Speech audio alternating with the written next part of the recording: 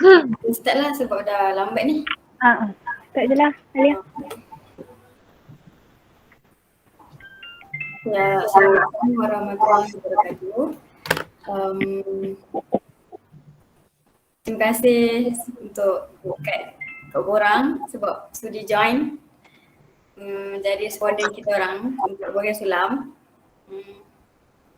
Korang sihat? Okey ke? Okey? Yes.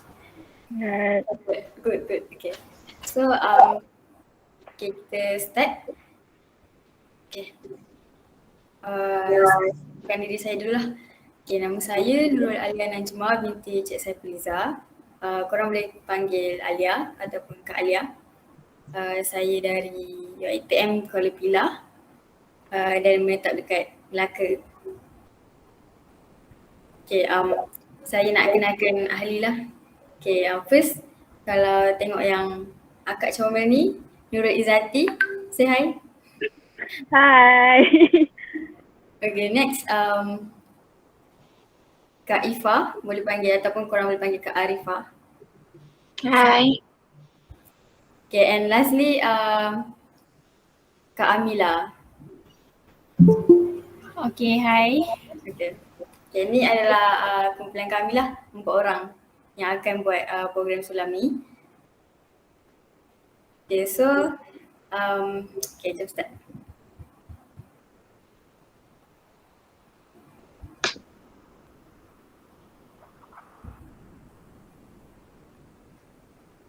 Okay, korang mesti tanya kan apa maksud sulam kan? Korang mesti tak tahu kan sulam tu apa. Okay, so sulam ni nama penuh dia Service Learning Malaysia tau. So dia adalah kaedah pembelajaran yang menggabungkan objektif pembelajaran dengan khidmat komuniti bagi memberi pengalaman pembelajaran yang progresif dengan menyelesaikan permasalahan yang sebenar. Ia boleh berteraskan love, happiness and mutual respect. So maksudnya sulam ni dia adalah satu program ataupun aktiviti yang boleh sambil kita belajar, sambil tu kita berkhidmat dekat komuniti tau. So and sulam ni juga boleh dipraktikkan 3 benda, akademik, praktikal dengan komuniti. Okay, so kalau korang tengok dekat slide ni, dia punya logo ada maksud-maksud dia. Kalau warna kuning ni melambangkan kebahagiaan, warna merah melambangkan kasih sayang dan warna biru melambangkan saling menghormati. Okay, maksud bentuk logo ni pula kenapa logo dia macam ni kan? So maksud dia adalah kombinasi sifat keprihatinan dan lambang berhubungan kerjasama yang dibina antara komuniti, pelajar dan pesyarah melalui program sulam. So kiranya sulam ni nanti kalau korang masuk universiti, korang akan ada lah program sulam ni juga. Tapi saya tak pastilah kalau masa depan dah berubah ke apa ke kan. Tapi sulam ni kalau korang dengar nanti lain kali kalau korang dengar dekat universiti ke apa-apa ke, sulam ni memang adalah program yang antara pelajar, pesyarah dengan komuniti. So ada 3 benda tu. Okay, next.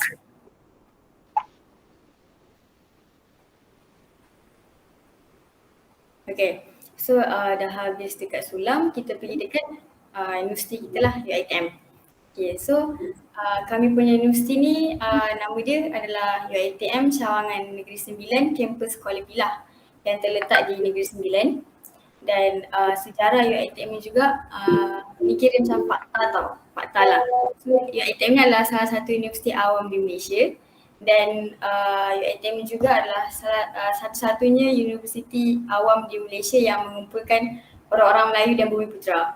So kalau korang korang kan selalu dengar kan kalau UiTM mesti macam adalah untuk anak-anak orang Melayu dan anak-anak orang Bumiputera. Memang UiTM memang dihaskan untuk golongan kita lah, orang Melayu. So and fakta menariknya UiTM punya chancellor ni adalah yang di-Pertua Agong kita tau. Sebab UiTM ni meletakkan YDPA kita ni adalah untuk pengurusan yang tertinggi iaitu chancellor. So kalau contohlah YDPA kita bertukar, so nanti chancellor UiTM pun akan bertukar. Contoh kalau sekarang YDPA kita Sultan Pahang kan.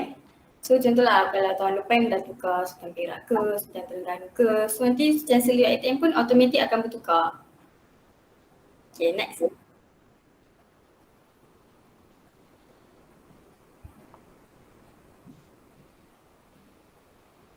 Okay.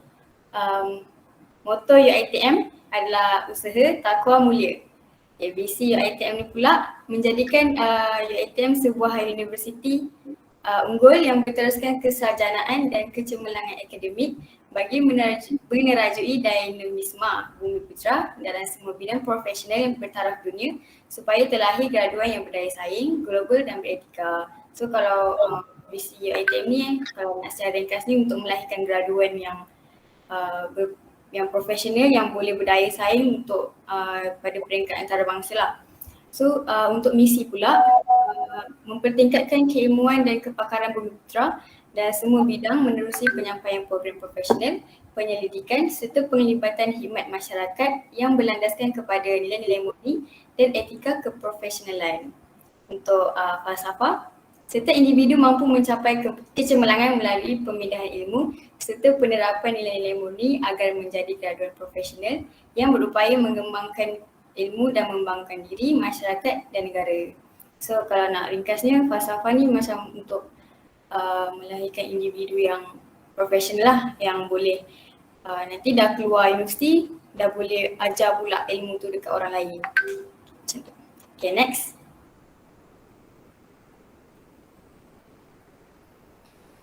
Okay, kita masuk tajuk alkohol, iaitu kita punya the main point malam ni. Okay, kalau korang nak tahu sejarah dia lah, latar belakang dan latar belakang produk kami ni. Untuk alkohol sebenarnya dah lama dah wujud. Kalau di negara China 7,000 sebelum Masihi dah wujud dah. Kalau dekat India 2,000 sebelum Masihi dan 3,000 sebelum Masihi. Lepas tu kan alkohol ni selalu juga disebut sebagai etanol dan juga grade alkohol. Ataupun boleh juga dijadikan minuman yang mengandungi alkohol lah. Sebab kalau korang tengok alkohol macam bir ke, macam arak apa semua tu. Lepas tu kebiasaannya penggunaan alkohol ni untuk minuman, masakan, tujuan perubatan iaitu alkohol swab dan antiseptik. Okay, next.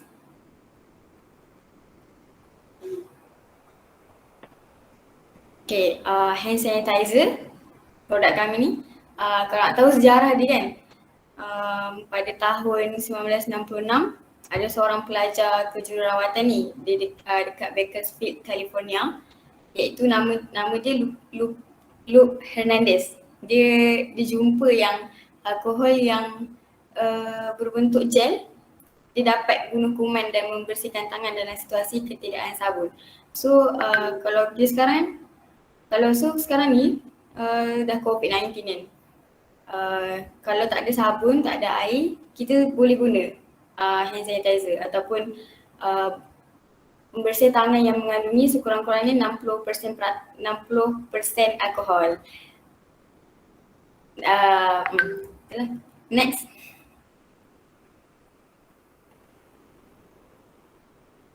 Okay. Kan dah jumpa kan, orang tu kan dah jumpa hand sanitizer tu pembersangan yang mengandungi 60% alkohol boleh bunuh kuman kan. So sejak daripada tu hand sanitizer ni digunakan dekat hospital dan untuk perubatan lah, tujuan perubatan. Lepas tu pada tahun 1980 dah boleh pula digunakan secara meluas iaitu secara peribadi pula. So pada tahun tu jugalah 1988 ada satu industri tu decide nak buat hand sanitizer antibakteria lah, hand sanitizer antibakteria yang pertama untuk memudahkan masyarakat lah. So untuk memudahkan masyarakat untuk bawa ke apa ke, macam dah tak adalah macam nak minta dekat hospital ke apa ke kan. So sejak daripada tu pula banyak dah pula syarikat-syarikat lain yang buat hand sanitizer ni. Dan sekarang kalau kita tengok dah senang dah nak dapat dekat pasaran sebab semua orang dah buat, semua company dah buat. So itulah serba sedikit sejarah tentang alkohol dan hand sanitizer. Next.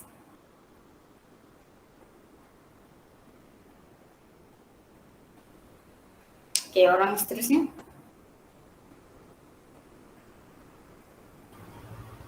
Okay. Sekejap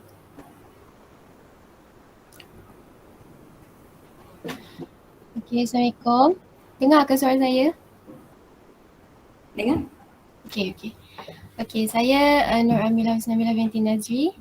Saya akan terangkan tentang jenis alkohol yang ada. Seperti sedia maklum, alkohol ni banyak, so dia dibuat bervariasi supaya sesuai dengan penggunaan dia. So, yang pertama ialah isopropyl alkohol atau juga dipanggil sebagai isopropanol. Isopropyl alkohol ni dia diperbuat daripada gas propilena dan mempunyai sifat pembasmian kuman yang kuat. Alkohol gosok pula adalah isopropanol yang dicairkan dan juga hasil campuran beberapa bahan lain. Oleh sebab tu dia sangat beracun dan berfungsi dengan baik terutamanya untuk pensterilan. Jadi sebab sifat dia antibakterial yang semua jadi, isopropyl alkohol ni boleh digunakan sebagai antiseptik dan ia juga boleh digunakan untuk disedut untuk memberikan kelegaan ketika berasa loya. Ia adalah tidak selamat untuk diminum dan boleh menyebabkan kesan toksik yang teruk jika ditelan dalam kuantiti yang banyak. Contoh gejala keracunan isopropyl alkohol ni termasuklah pembilasan. Pembilasan ni jadi muka jadi merah, lepas tu rasa panas, lepas tu muntah, tekanan darah rendah dan pening. Okay, seterusnya ialah gliserol. Gliserol ni dikenali juga sebagai gliserin. Dia ni sebagai sebatian polimer mudah, membentuk cecair likat yang tidak berwarna maupun bau dan dia mempunyai sifat rasa manis dan tidak beracun. Tulang belakang gliserin ni ditemukan pada kesemua jenis lipid triglycerida. Gliserol mempunyai 3 kumpulan hidroksil yang bertanggungjawab atas sifat-sifat keterlarutannya dalam air serta higroskopinya. Okay, seterusnya ialah ethylene glycol.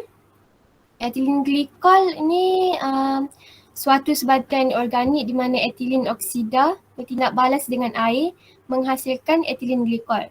Bahan ini merupakan cecair tidak berbau, tidak berwarna dan manis. Ethylene glycol ni sangat berbahaya terhadap haiwan peliharaan dan kanak-kanak sebab rasa dia manis, so dia menarik minat lah kanak-kanak tu. Tapi jika tertelan, perubatan segera sangat diperlukan sebab benda ni sangat bertoksik dan bahaya. Dan jika dikonsum akan membawa maut lah. Okey, seterusnya ialah kita juga ada etil alkohol. Etil alkohol ni nama kimia dia etil alkohol ataupun etanol. Ni etil alkohol ni dia terdapat dalam semua minuman beralkohol sebab dia satu-satunya jenis alkohol yang selamat diminum ataupun dimakan. Dia paling biasa digunakan untuk tujuan sosial sebab kesan dia dapat menaikkan mood atau mempengaruhi tingkah laku seseorang. Etanol dalam arak seperti wine, bir, whisky, tequila, air tuak yang dah masam adalah haram diminum oleh kita sebagai orang Islam kerana dia boleh menyebabkan kemabukan. Tapi macam mana mabuk tu terjadi? Ia terjadi kerana etanol ni dapat merangsang sistem saraf pusat dengan meningkatkan kesan neurotransmitter gamma aminobutyric acid atau singkatannya neurotransmitter GABA di dalam otak. Dia akan memberi kesan seperti peningkatan pergaulan, mengurangkan kebimbangan dan juga euforia. Euforia ni macam perasaan korang yang menjadi lebih teruja ataupun bahagia. Ia juga mempamerkan kemerosotan ingatan, kognisi dan fungsi motor serta delia. Sebab itulah orang mabuk biasanya dia tak akan ingat apa yang dia buat semasa dia mabuk. Jadi arak ni proses di mana yeast atau bakteria secara kimia menukar gula kepada etanol melalui proses penapaian. Gula yang digunakan untuk menghasilkan etanol adalah berasal dari barley, gandum, anggur atau biji lin ataupun buah-buahan lain bergantung kepada jenis minuman yang hendak dibuatlah. Lepas tu minuman ni dia ditapai, minuman yang ditapai ni boleh diminum secara terus atau boleh disuling lagi kepada peratusan alkohol yang lebih tinggi. semua minuman beralkohol ni boleh dibahagikan kepada dua kategori berdasarkan proses pembuatan dia, iaitu etanol yang tidak disuling dan etanol disuling. So seterusnya untuk etanol tidak disuling. Etanol tidak disuling ni dia ialah alkohol yang ditapai melalui proses penapaian dan tidak ditapis dalam apa jua cara. Terdapat ratusan jenis minuman beralkohol yang tidak disuling, tapi yang paling popular ni macam beer, wine and cider. Mereka terutamanya berbeza dalam tanaman atau buah yang digunakan sebagai asas dan pelbagai yeast yang digunakan untuk penapaian. Perbezaan sedikit dalam komposisi tanah atau cuaca dekat kawasan pengeluaran juga boleh menyebabkan perubahan dalam sistem minuman. Minuman ditapai tidak akan melebihi 15% alkohol mengikut isi padu melainkan ia telah diubah suai secara luaran. Then etanol suling, etanol disuling. Etanol disuling ni dia etanol yang ditapai dan telah dimasukkan ke dalam proses penyulingan atau penulenan. Ia dilakukan untuk meningkatkan nisbah mengikut isi padu, ABV, atau juga dipanggil sebagai alkohol by volume. Proses penyulingan memisahkan alkohol daripada minuman yang ditapai supaya menjadi lebih pekat. Minuman suling ni biasanya berkisar antara 20% hingga 70% ABV. Walaupun dia boleh menyuling spirit ni dia refer kepada arak yang tak memerlukan gula dan mempunyai 20% alkohol ABV. Alcohol by volume ABV. Okay, lepas tu kebanyakan minuman adalah kira-kira 40% ABV. Macam vodka, brandy, whisky, rum and tequila adalah antara minuman suling yang paling terkenal. Oleh kerana kandungan alkohol dia yang tinggi, mungkin minuman tu kena dicampurkan air lain seperti air bikarbonat ataupun jus buah-buahan. Okay. Akhir sekali adalah metil alkohol. Metil alkohol juga dikenali sebagai etanol. Dia biasa digunakan dalam proses pembuatan. Metanol ni merupakan bahan tidak balas asas yang penting secara komersial yang digunakan untuk menghasilkan sebatian seperti aseton, metana dan formaldehida. Metanol dan wapnya ni sangat mudah terbakar dan memerlukan penjagaan khas untuk penggunaan dan pengangkutan. Walaupun metanol dia mempunyai bau dan rupa seperti etanol, dia lebih toksik daripada etanol. So jadi bila kita konsum metanol ni 10 ml, dia boleh menyebabkan buta kekal. And kalau telan 30 ml boleh menyebabkan koma ataupun menyebabkan kematian. Jadi dia untuk mengelakkan orang ramai daripada meminum etanol untuk kegunaan industri, so kuantiti metanol yang kecil sering ditambah kepada etanol tersebut untuk mengelakkan masyarakat ambil lah. Lepas tu bila dah campur tu dia akan menghasilkan alkohol yang denaturation, yang tercemar. So dia akan beracun kepada tubuh manusia. Okay, that's all from me. Next person please. Okay, hi. Dengar tak suara saya? Boleh dengar tak? Dengar? Dengar. So saya akan terangkan tentang cara-cara membuat alkohol. So first step, korang kena tuangkan alkohol, etanol ke dalam botol atau tangki besar. Lepas tu tambah hidrogen peroksida menggunakan silinder penyukat. Yang ketiga, masukkan gliserol ke dalam silinder penyukat. Oleh kerana gliserol sangat likat dan melekat pada dinding silinder penyukat, korang kena bilas dia dengan air suling atau air masak, and then tuang dalam botol atau tangki. Lepas tu tambah air suling steril atau air masak sejuk sehingga tanda 10 liter ke dalam botol atau tangki. Letakkan penutup secepat mungkin untuk mengelakkan penyejatan. And then kacau larutan campuran dengan lembut. And last step, bahagikan segera larutan ke dalam botol semburan. Simpan selama 72 jam. Tujuan simpan selama 72 jam ni untuk musnahkan sebarang spora yang terdapat dalam alkohol atau botol. Next, saya akan terangkan tentang cara membuat bioetanol. Langkah pertama dia persiapan. Persiapan bahan mentah. Bahan mentah untuk produksi bioetanol boleh didapatkan dari berbagai tanaman.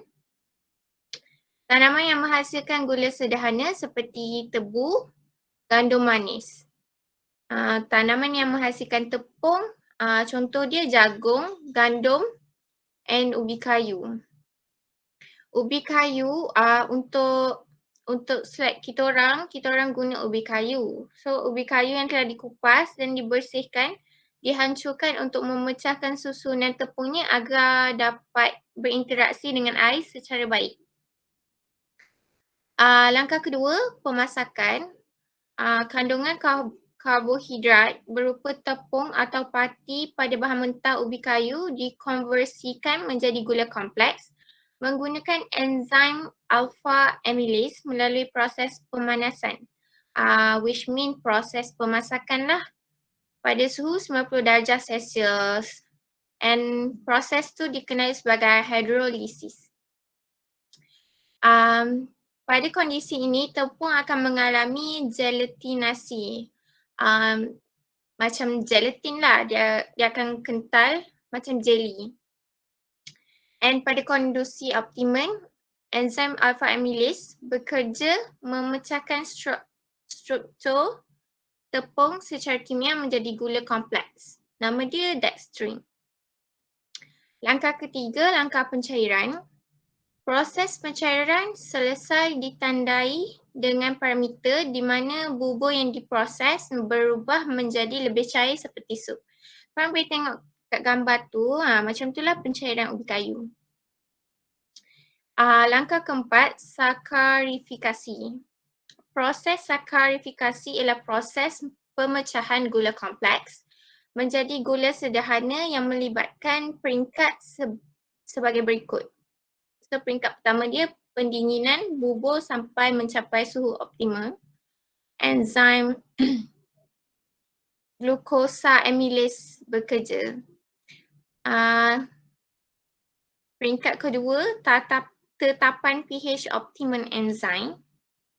And peringkat yang ketiga, penambahan enzim glukosa amylase secara tepat dan mempertahankan pH serta pada suhu 60 darjah Celsius hingga proses sakarifikasi selesai.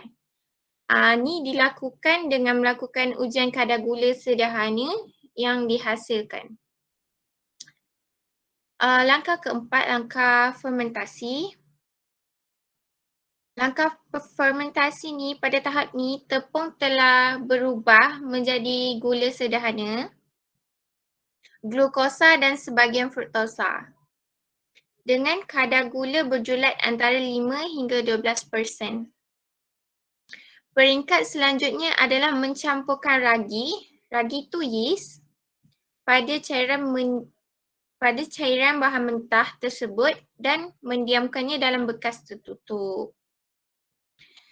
Dan seterusnya, hasil dari fermentasi berupa cairan mengandung alkohol etanol berkadar rendah antara 7 hingga 10%. Biasa disebut cairan beer. Okay.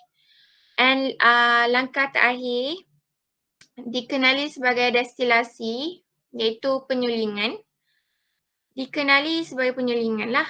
Okay. Macam saya cakap tadi. Lepas tu tujuan dia untuk memisahkan alkohol dalam cairan beer hasil dari fermentasi. Penyulingan etanol dapat dilakukan dengan dua cara.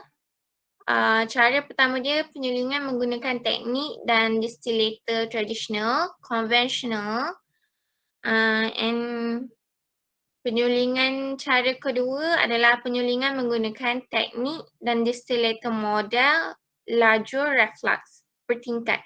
So dekat tepi tu ada gambar, yang itulah proses distilasi. Okay. So next person. Okay, Kak Izzy akan terangkan aplikasi dengan kegunaan alkohol. Well, firstly, ethanol.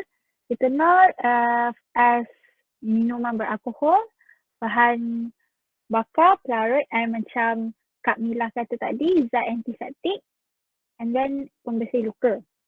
Yang kedua, methanol. Methanol as formaldehida, bahan ubat nyamuk cair. And lastly, bahan industri macam pelarut, pembersih dan penghapus cat. Next slide. Yang ketiga, ethylene glycol. Ethylene glycol ni kita use as pelarut and then bahan pelembut, bahan baku buatan serat, zat anti beku. Dia selalu kita gunakan untuk kosmetik, macam lotion, sabun, pembersih mata, and then ubat-ubatan macam pelarut, and then also makanan macam penambah cita rasa. Next slide. And then isopropyl alcohol, kita guna untuk kosmetik juga macam bahan makeup dan minyak wangi. And then ubat-ubatan macam pembasuh kuman. Thirdly, pembersih khas peranti elektronik dengan bahan sterilasi.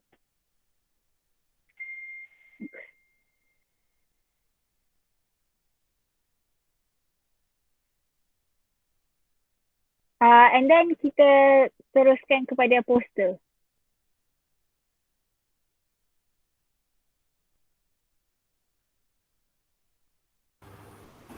Korang ada soalan tak?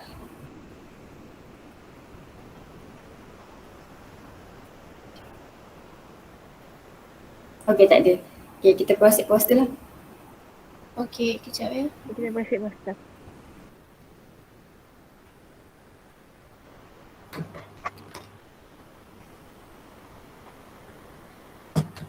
Nampak ke? Nampak tapi dia kecil. Kita try zoom. Sekejap. Boleh zoom tak? Okay, kejap. Kena zoom.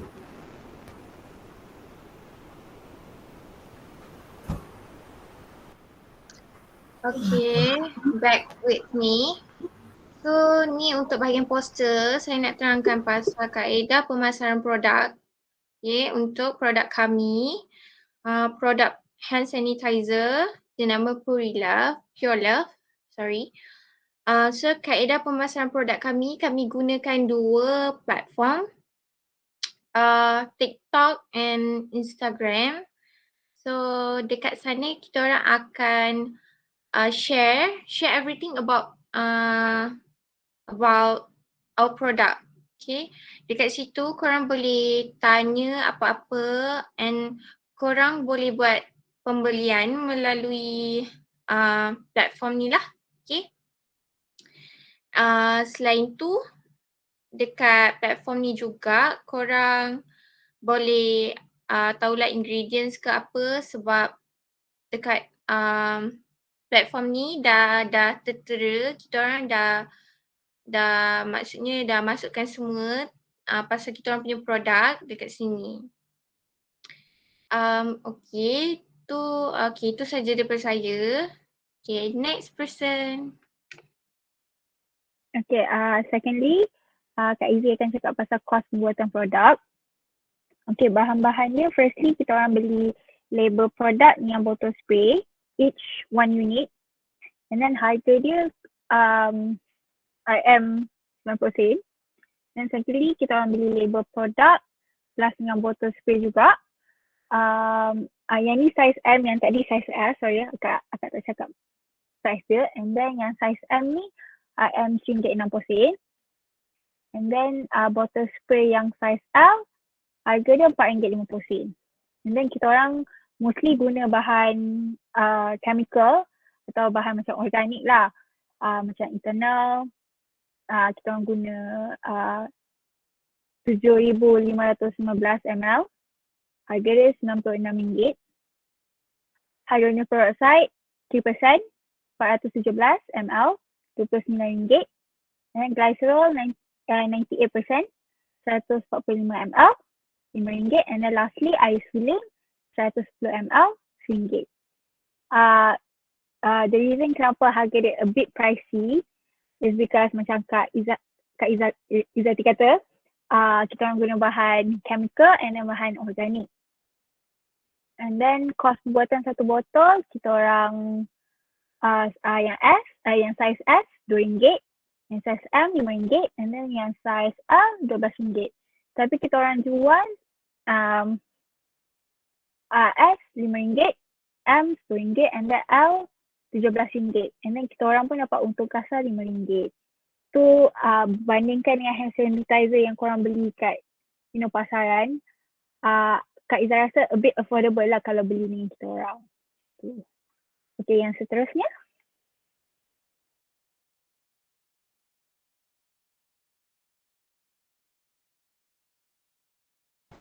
Okey, seterusnya saya akan terangkan pasal reka bentuk produk.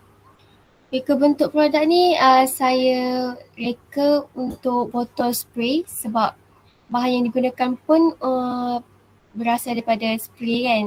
So, saya buat, mula-mula saya buat logo Pure Leaf ni yang kat atas, awak boleh tengok yang kat atas ni, ni. Okay, lepas tu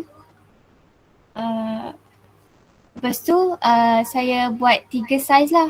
Yang ni yang paling besar, yang berapa ml tadi? 120 tak silap saya. And yang sederhana ni 100 ml dan yang kecil ni 60 ml. So dia punya design sama je lah sebab jenis pun sama kan.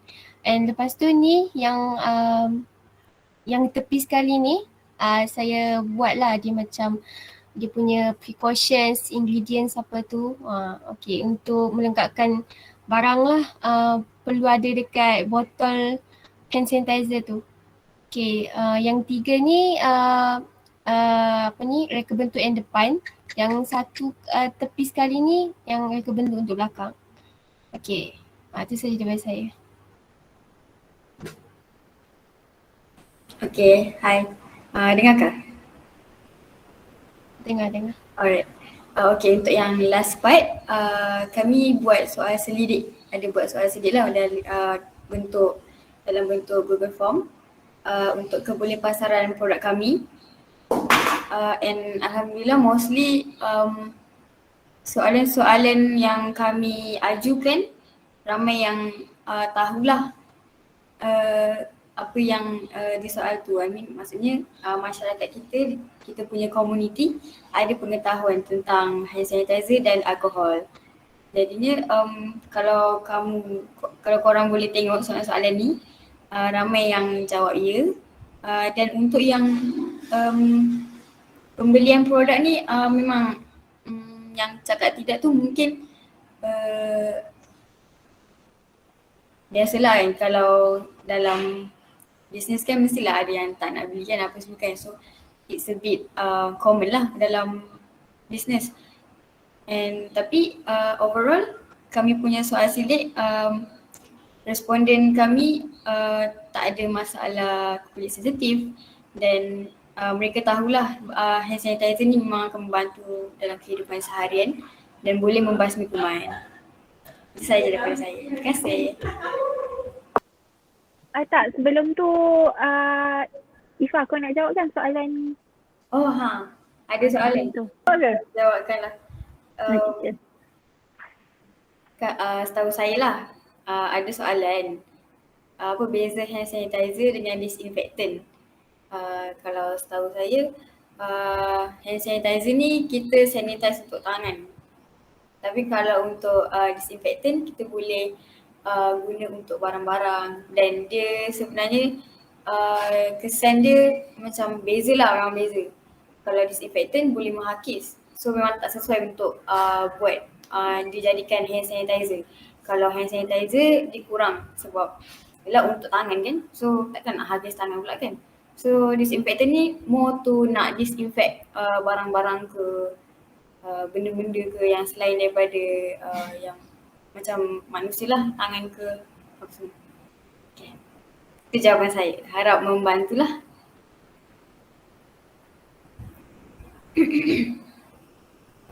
Okay, you're welcome.